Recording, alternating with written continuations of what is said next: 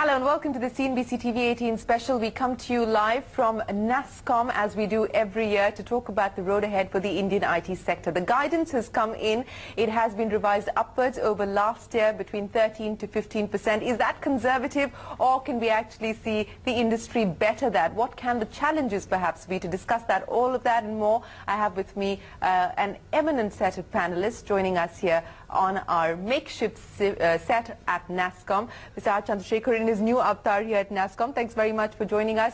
Malcolm Frank of Cognizant, also with me, C.P. Gurnani and Vineet Nair. Gentlemen, appreciate you joining us. Before I actually get you to talk to me in your Nasscom avatar, let me ask you to don your former telecom secretary hat and ask you a quick question as far as the spectrum auctions are concerned. Are you surprised? Do you believe that we could perhaps do better than the number that we've currently seen as far as the auction is concerned? And do you really believe that the fact that we brought the reserve price down has been responsible for the success? Well, as far as the telecom auctions are concerned, the first thing is that it's a very positive development that the auction has seen a significant amount of participation. It's also a signal of the more positive mood in the sector now that most of the residual issues like licensing and mergers and acquisitions policy and spectrum sharing and so on. Now that all those issues are behind us, I think this is a very positive development. And I think when you look at what is the realization from the auction, you have to look at not only the value of the spectrum but also the ability of companies to pay. And this is an area where companies have had some issues on account of the situation of their balance sheets as well. So therefore, ultimately, the auction is the result of the extent of competition, which is... Do you believe we're nearing irrational exuberance now, which was the case in 2010? I don't think it is irrational exuberance. It is probably an exuberance which is moderated by their financial situation. Okay. Now let me talk to you about Nasscom and the guidance that you've held out. And in conversations with us, you said that you could perhaps revise it upwards of 13 to 15%, which is your current guidance. Do you feel confident enough to do that, or do you think 13 to 15% is going to be it? Well, actually, let me correct you. I don't think I recall having said that we will revise it upward. What we did say is that this 13 to 15% represents the general assessment and the optimism that pervades the sector today, based on a number of positive factors, including some recovery in the growth rates in terms of global GDP, in terms of the US economy and so on, and positive signals from other parts of the world as well. It also is an indication from the different companies in terms of the kind of deals that are in the pipeline and the kind of projects and the kind of value that they are able to deliver. At the same time, it's not as if the landscape is bereft of challenges, and there are different challenges which are looming. We certainly hope that we would be able to deal with all of them. But I think the projection is based on an overall assessment of both these positive developments and the opportunities as well as the challenges. Remember that this year we actually clocked a little over 13, a shade over 13%. Yeah. And the next year the projection is 13 to 15%. And at the upper end, considering that we are actually at a larger base, that represents a significant step up in absolute terms from the current year's growth. Well, Malcolm, if they had only companies like Cognizant to look at, clearly the number would have been much higher. But, the rest of the industry is a different story as well. Let me ask you about the challenges that Mr. Chandrasekhar was talking about. To your mind, and since you're based in the US, there's a lot of fear now that with the souring of relations between India and the US, what can we really expect as far as the visa regulations are concerned? We've seen action being taken by the US Trade Representative, dragging India to the WTO as far as solar power equipment is concerned. We've seen the US FDA, we've seen the US FAA come down. Now the worry is, all the work, all the negotiations that had gone through in order to make sure that the outplacement clause, etc., don't find their way into the final bill may come undone. Is that a justified, legitimate concern today? It's a great question. What we've learned is it's a dangerous game to play to start to predict what's going to happen in the political arena. You talked about what could happen in the economy and the pros and cons, ups and downs. We think the same is true with what's happening in the political arena. But what we do know is where we stand today in February of 2014. It's actually looking more stable than it looked a year ago. And it's an election year in the U.S. And so we think that it's going to be actually a reasonable environment in terms of what we can foresee for the next political cycle, at least from the U.S. context. So from that perspective, that's what we're expecting as we go into 2014. You know, the sense that one gets when you talk to people here at Nasscom is that corporate America likes Indian IT, and that gives them confidence that perhaps we're not going to see the anti-outsourcing clauses make their way into the bill. Yeah, I think that's true actually in a broad perspective. It's just not just that corporate America likes corporate India. I think America loves India. And there's a lot that these two societies recognize in one another. We're messy democracies. We love entrepreneurialism. We love capitalism. And I think cooler heads, as a result, will really prevail. It's been a wonderful relationship over the last couple of decades. Look at where we were relative to 1991 to today. And I think that that's absolutely going to continue. So when it comes to this overall topic, I'm an optimist. Do you share the optimism, C.P. Gurnani and Vineet Nair? I'll put that question to you as well. Again, I think I tend to agree with Malcolm that the relationship with U.S., while there is, some departments, some rhetorics at certain parts of U.S., but in general, when it comes to IT, both from a skill availability, both from a value proposition, and being able to meet increasing demands and complexity, I think Indian Incorporated has been a great partner to U.S. companies, and both have benefited by this partnership. Vineet, final word on this matter before we move on. I think it's a serious concern, given the fact that I have 1 foot out of the industry now. So you can be a little more, I can be a little more politically incorrect, if I can call it that, or candid. I think India and US have to figure out what they want to do together, and I don't think they've figured it out. I think the leadership of both the countries have to get together and thinking where do they fit in each other's scheme of things. India largely irrelevant in US scheme of things commercially because of the trade deficits there, and India is still figuring it out where does US fit in. Now, if you really see, is that going to harm Indian IT in the short term? The answer is no. But the opportunity size is so large that if we don't get this right, we will not be able to capitalize on the base of what we have. So the growth story from $70 billion to $140 billion, this is an important aspect to get right. Okay, let me move on and now talk to you about the growth opportunities and the challenges and the conversation that we had in exactly the same room last year. Vineet, you raised a concern and you said that, we're all going after each other's breakfast, lunch and dinner. So, you're chasing his business, he's chasing your business. You're no longer chasing his business. But does that story continue to be the same? And are we doing enough to really open up the market in that sense? I think Indian IT industry has done extremely well in the phase 1, where we were chasing, making our customers very efficient. We did extremely well in phase 2, where we were making our customers extremely cost efficient. Phase 3 is the question of what is the most important problem the customer is facing today, and is Indian IT trying to solve it?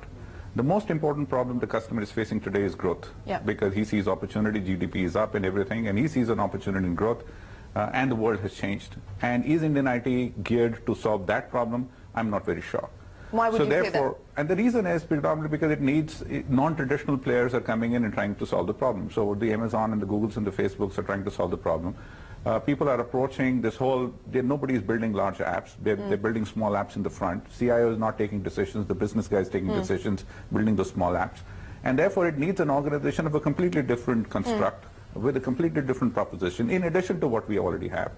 Maybe a new division, to be able to approach it not from a capability point of view of mobility, analytics and all this stuff, but the whole problem solving point of view, which is a cusp between consulting, technology, all that coming together to solve micro problems at the front end with huge amount of domain knowledge.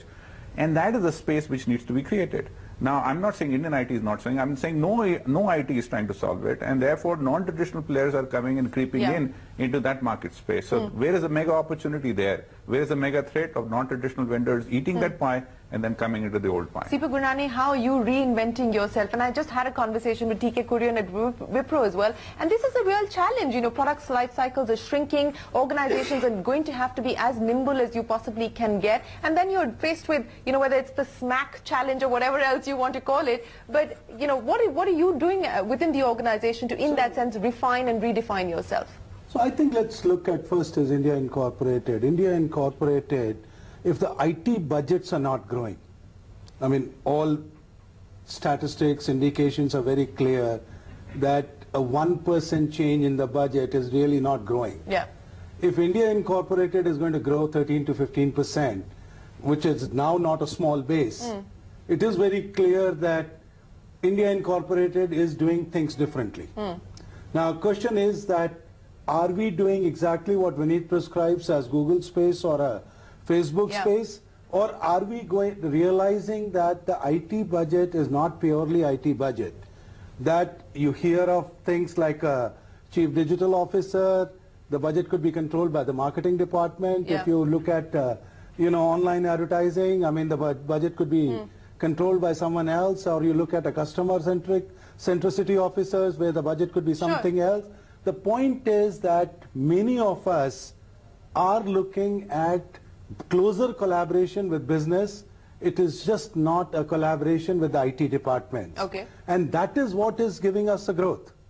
It is not about just offshoring or outsourcing. So I think, in my opinion, India Incorporated is changing, trying to add value and trying to collaborate with business, maybe not by doing software as a service in a big way, or a process as a service, or a product as a service in a much bigger way, which in a way a lot of other companies are doing it at the moment. Malcolm, what are the challenges that you see? You know, we're having this conversation about the challenges at the back end, the challenges at the front end, and not unanticipated challenges, but real challenges of automation, etc., which could change the face of whether it's offshoring, on-sourcing, etc. You know, what to your mind is the big challenge staring industry, besides the fact that IT budgets are flat, discretionary spending continues to be somewhat flat, etc.? Yeah, and I think Vineet said it well. The industry is at a shift point. The client challenge and the way they define the challenge is different. The good news is it's now a CEO level issue. Our clients want to digitize their businesses.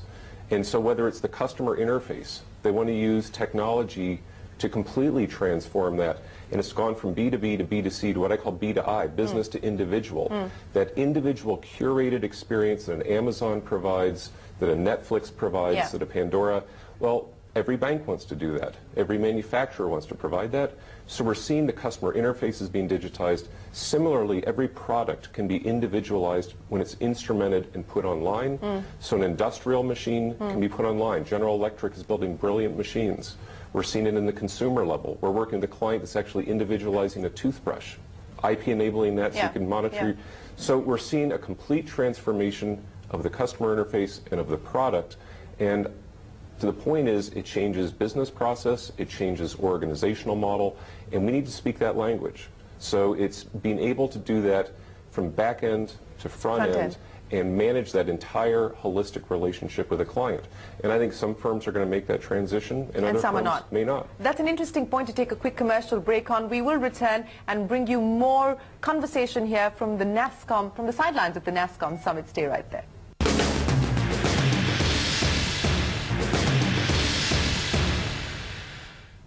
Welcome back. You're watching a special presentation. We're coming to you live from the Nasscom Summit. Mr. Chandrasekhar, you know, we were just talking about how Indian companies need to transform, refine, redefine their organizations. But let me ask you about the mid-tier companies, you know, and what we're seeing actually there, and how much more consolidation are we likely to see?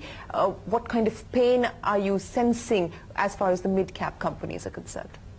So if you look at the landscape in the sector today, there are a lot of mid-sized companies which are, you know, which we call emerging companies, which are in the product space, as well as a lot of smaller startup and entrepreneurial companies.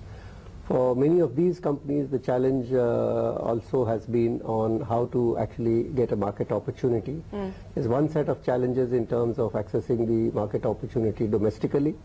there's a different set of challenges in accessing the market internationally as well. So these are certainly issues which these But do you companies see more consolidation, especially as far as the mid caps are concerned? I think that is possible because most of these companies are trying to expand their business, and some of that is by raising more capital, for which they would require to infuse confidence in the investors. But many of them will not be able to do so, and the only route available then would be some form of consolidation. Vineet, do you believe that 2014 is going to be a year of consolidation? We saw spatterings of that in 2013, private equity-backed deals and so on and so forth. Do you anticipate much more in 2014? So yeah, we saw about 100 deals over mergers and acquisition in 2013, and we're going to see maybe a bit more.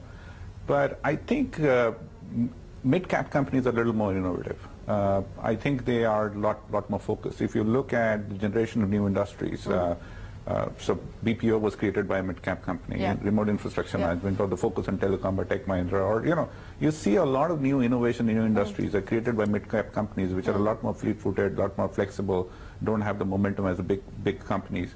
Second, the big companies have not demonstrated appetite of acquiring the mid-cap companies, especially in India. So we have not seen that happening. So I'm not confident that mid-cap companies are going to be acquired by big companies and we're going to see a consolidation play. Are you looking at acquisitions within the domestic market or internationally as well, CP? I mean, we are obviously very, very focused on both organic and inorganic growth, and clearly we have evaluated some of the companies that got acquired by the PE companies, even in India. That it's just a matter of valuations, and PE firms are willing to pay much higher valuations.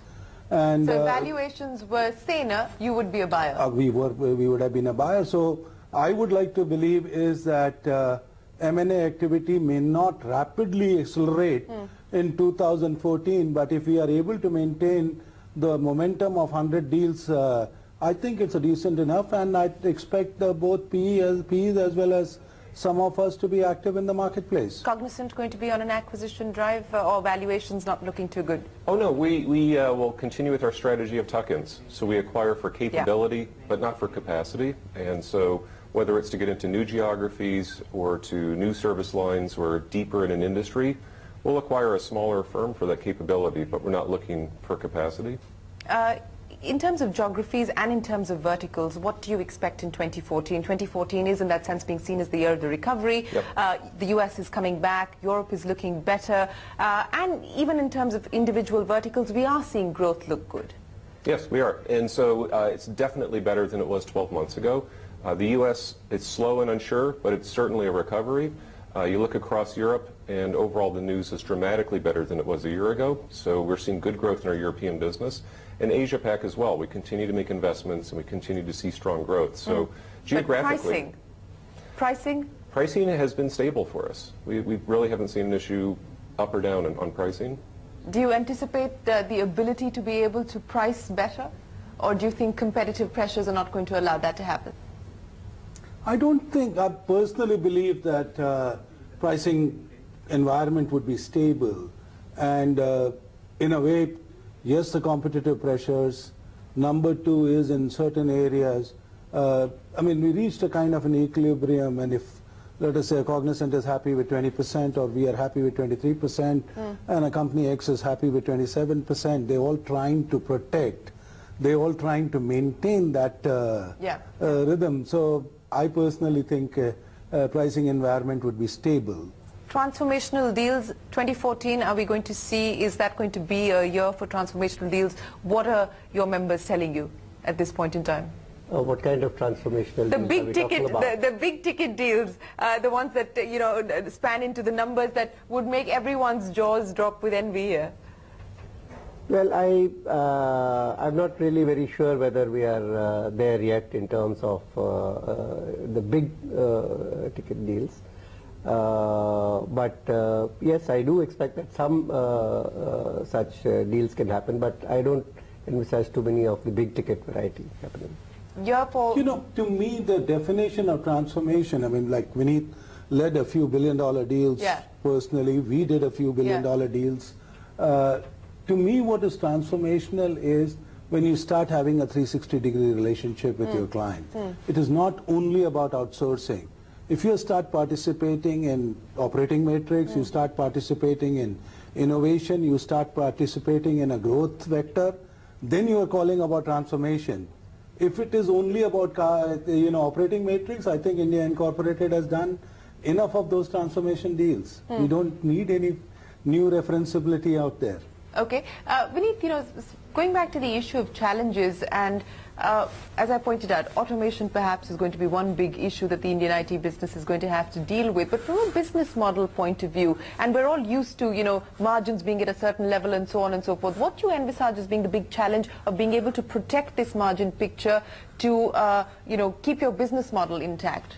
I think CP made a great point, and and if more and more people make the same point, it's good that he's moved away from large deals to saying how many 360-degree. And inside that answer is our challenge. Inside that answer is our opportunity. We have to move away from deals because deals represented efficiency and cost programs.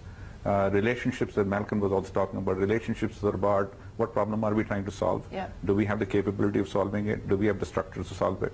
So the problem we are trying to solve today is how do our customers grow? How do our customers grow through digitalizing their organization, and how they consume it as a service rather than as a product? And how do we co-create and co-collaborate with our customers? Because a lot of boards I work with today to digitalize their organizations are seeking vendors who can, because nobody has the answer. Nobody has an idea of how it is to be done. The industry has really not taken shape.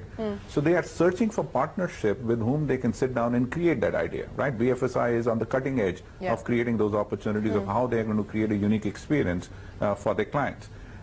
Who are they going to create that with? They are going to create with organizations which have a partnership orientation, who can approach an opportunity and saying, I don't have all the ingredients, but I can work with you in some structures, in some equity structures, in some collaborative structures, in some skin in the game structures, to be able to create that opportunity. The biggest challenge is Indian IT and some companies ready to adopt a new business model to approach that 360-degree SCP is talking about, or are they traditionally going to continue going and saying, I'm the capability sales business, and therefore ask how many large deals have you answered, rather than how much capability have you co-created along with customers to solve their most critical problems. Okay, we're running out of time. Let me get wrap-up comments from all of you. What's the one thing that could upset this 13 to 15% growth story that Nasscom is guided for Indian IT in 2014? It looks pretty stable right now, so it would have to be something seismic. It would have to be something geopolitical. It would have to be something with legislation. It would have to be something out of the blue. What we envision, it looks quite good. I think that this is looking quite stable, and I think the big possibilities that we see is a more transformational role being played by the Indian industry.